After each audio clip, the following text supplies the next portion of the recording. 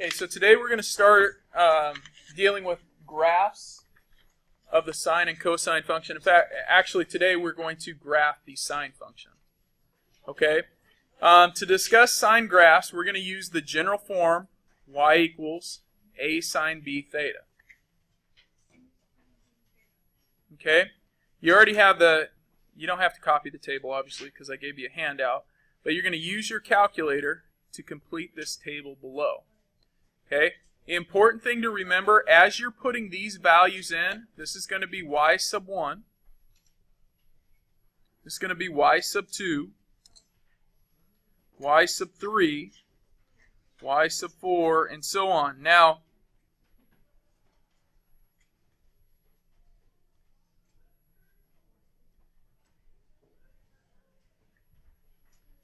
please make sure you change your window to those settings on your graphing calculator.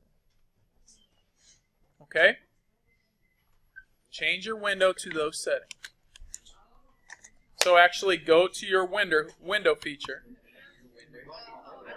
What mode should we be in? Radians? Should be in radians, yep. Yep, should be in radians. Change to radians if you're not there. And then go to the window. Oops, just window. You're going to put your minimum. X minimum is going to be at 0. Your X maximum is going to be 2 pi. Notice it changes it to decimal. The X scale, that means what you're going up by, is going to be pi over 8. So let's understand what this is saying as you're just copying things in. That's saying the minimum value on the x-axis is going to be 0.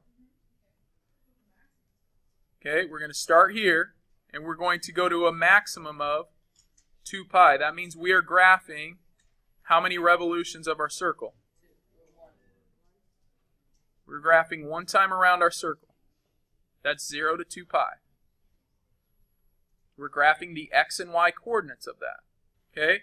Our y minimum is going to be -4. Our y maximum is 4. That means it's going to go from 4 to -4 on the y-axis. And it's going to go up by 1s on the y-axis. Whereas this one, on the x-axis, you're going up by pi over 8. Okay, here you're going up by 1s. So if I'm going up by pi over 8, how many 8s are in 2 pi? 16. You're going to have like 16 little marks, right? You're going up by pi over 8. Okay? So then you're going to go to your y equals menu and you're going to put in all of these graphs. Okay, now I would suggest after you're done putting them in, turn off the graph by hitting enter on the y equals so that y equal is not highlighted, and just graph the first one. Okay, you should get a picture that looks something like that. There's your 16 markers on the x, your 4 8 markers on the y. Okay, if you don't get a picture like that for your first graph, you did something wrong. So go ahead and get those plugged in. Hey, you guys, very good question just came up. How do you get a theta symbol? You don't. You use the x symbol. Okay? Good call. Here we go. Let's go ahead and see if you guys figured out what these things mean. Now, I know at least a couple of you. Hey. Number of cycles. Now, I know a few of you figured out what number of cycles is. What is number of cycles? Good. Like how many times it goes like this, right? Okay, so how many times does it go like that? Right here it goes once. Now that'll be a little more evident when if I actually turn off that plot and turn on that plot. Okay, because now you see, oops, I actually got to make sure I turn that one on. That was very anticlimactic. Okay. Now we should see there's 1 cycle, 2 cycles, 3 cycles. Okay, so It's how many times it repeats the same pattern. 3 times. So that has 3 cycles. When we do the next one, we get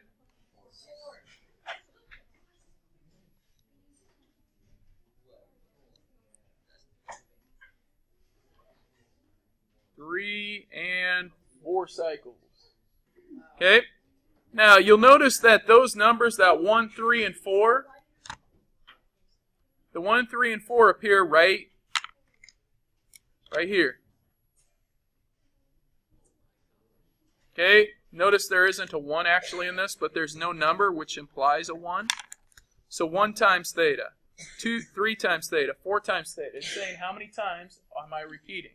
That happens to be called your B term. Y equals B sine theta. That's your B term. That is the number of cycles. Notice the B here. Number of cycles from 0 to 2 pi.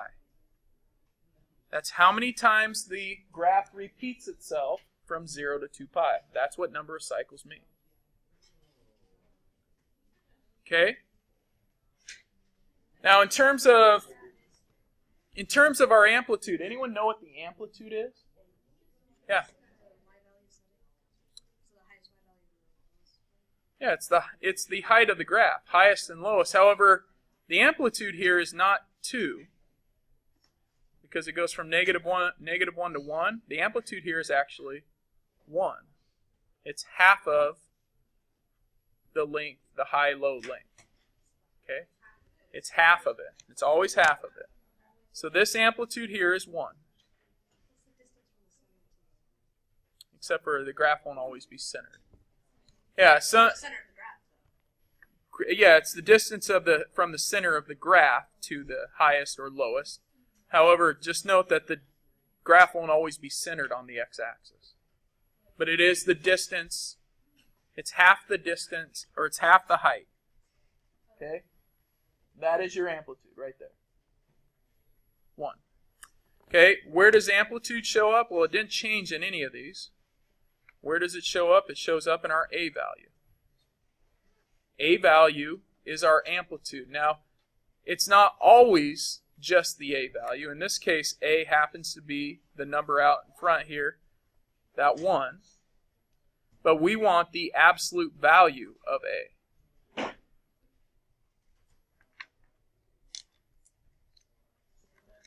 Okay, it's the absolute value of A because when you get down to say like y sub 6, which actually has a -1 in front of it, or y sub 7, which has a -2, or y sub 8, which has a -4, those graphs, I'm going to pick the one with the -4 there. Notice when we graph that, it starts by opening downward. Okay, has 1 cycle because B is 1, but the amplitude is 4. Amplitude is a distance. You're dealing with a distance there off the y-axis. So even though it starts, the negative means it reflects over the x-axis, just like all the other transformations we've studied this year, but the amplitude is still 4. So you're dealing with the absolute value of A. Okay? Make sure we understand the difference. The A term, A equals -4 on that. The amplitude equals 4. Okay? Amplitude cannot be negative. So this amplitude is 1, that one's 2, and that one's 4. What's this one?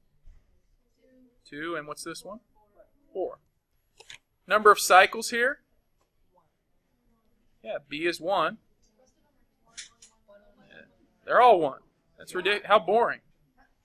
Okay, well, the one thing we have not studied, we've related A and B, we have not studied what P, or period, is. Okay?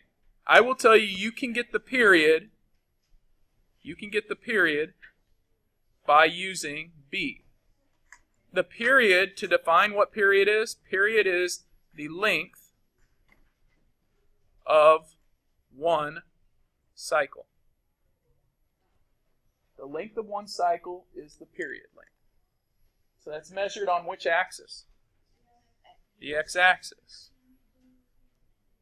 So, if there's, well, why don't you guys try to fill that in, the length of one cycle there. Well, you guys, some of you were getting it, some of you made it a lot harder than it needed to be. The period is, how far does our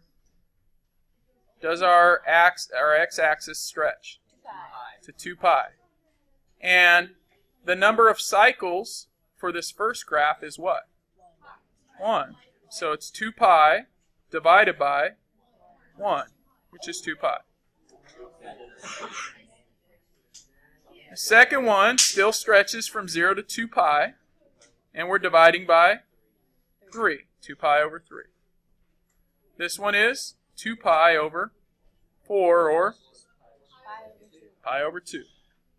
Here, 2 pi divided by 1, 2 pi, 2 pi, 2 pi, 2 pi, 2 pi.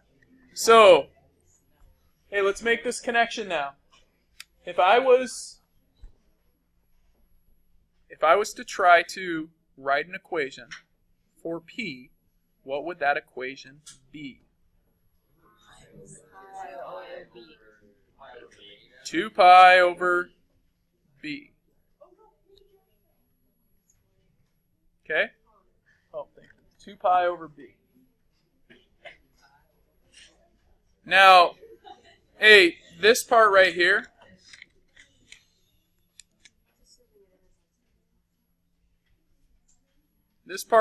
is kind of, down the noise. That part right there is kind of hidden in the mess up there, but the number of cycles then, if I write this formula in terms of b, so let's say I'm given the period and I want to know what b is, how do I find b?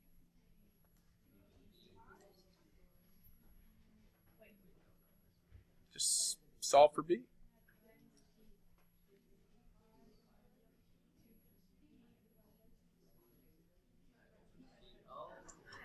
It's 2 pi over p. Yep. Okay? So 2 formulas you would want there. 2 pi over b and 2 pi over p. You obviously want to know this format as well and what each of those pieces mean. Okay, just so you don't, I'm hoping this will work. I tried to get it set a while ago, but just so you don't think that, or you at least have a visual of what it's doing with the unit circle. Here's the unit, here's the unit circle. Here's our graph. Here's x, or excuse me, here's y, here's x. I know it's kind of hard to see these values up here. Okay, maybe I can, that's the best I can do. But please watch.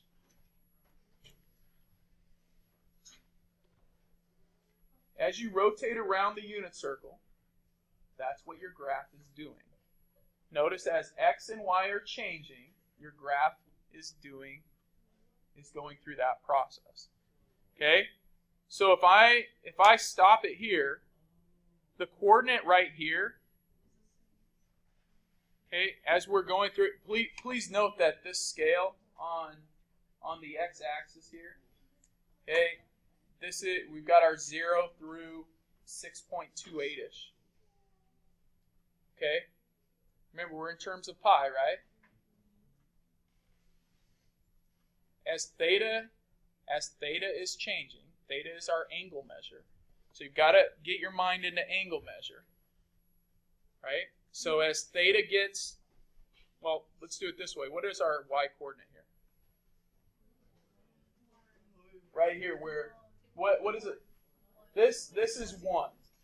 Our y coordinate is 1 right here. When does y equal 1? When theta is what? 90. That means right here, this is pi over 2. This is the ordered pair, pi over 2, 1.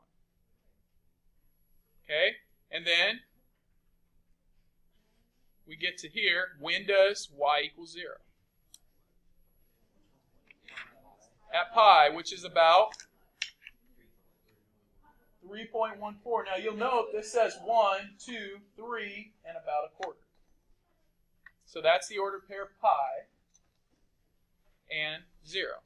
And then we move down here. When does y equal negative 1? Yep. At negative 90 or 270 degrees, right?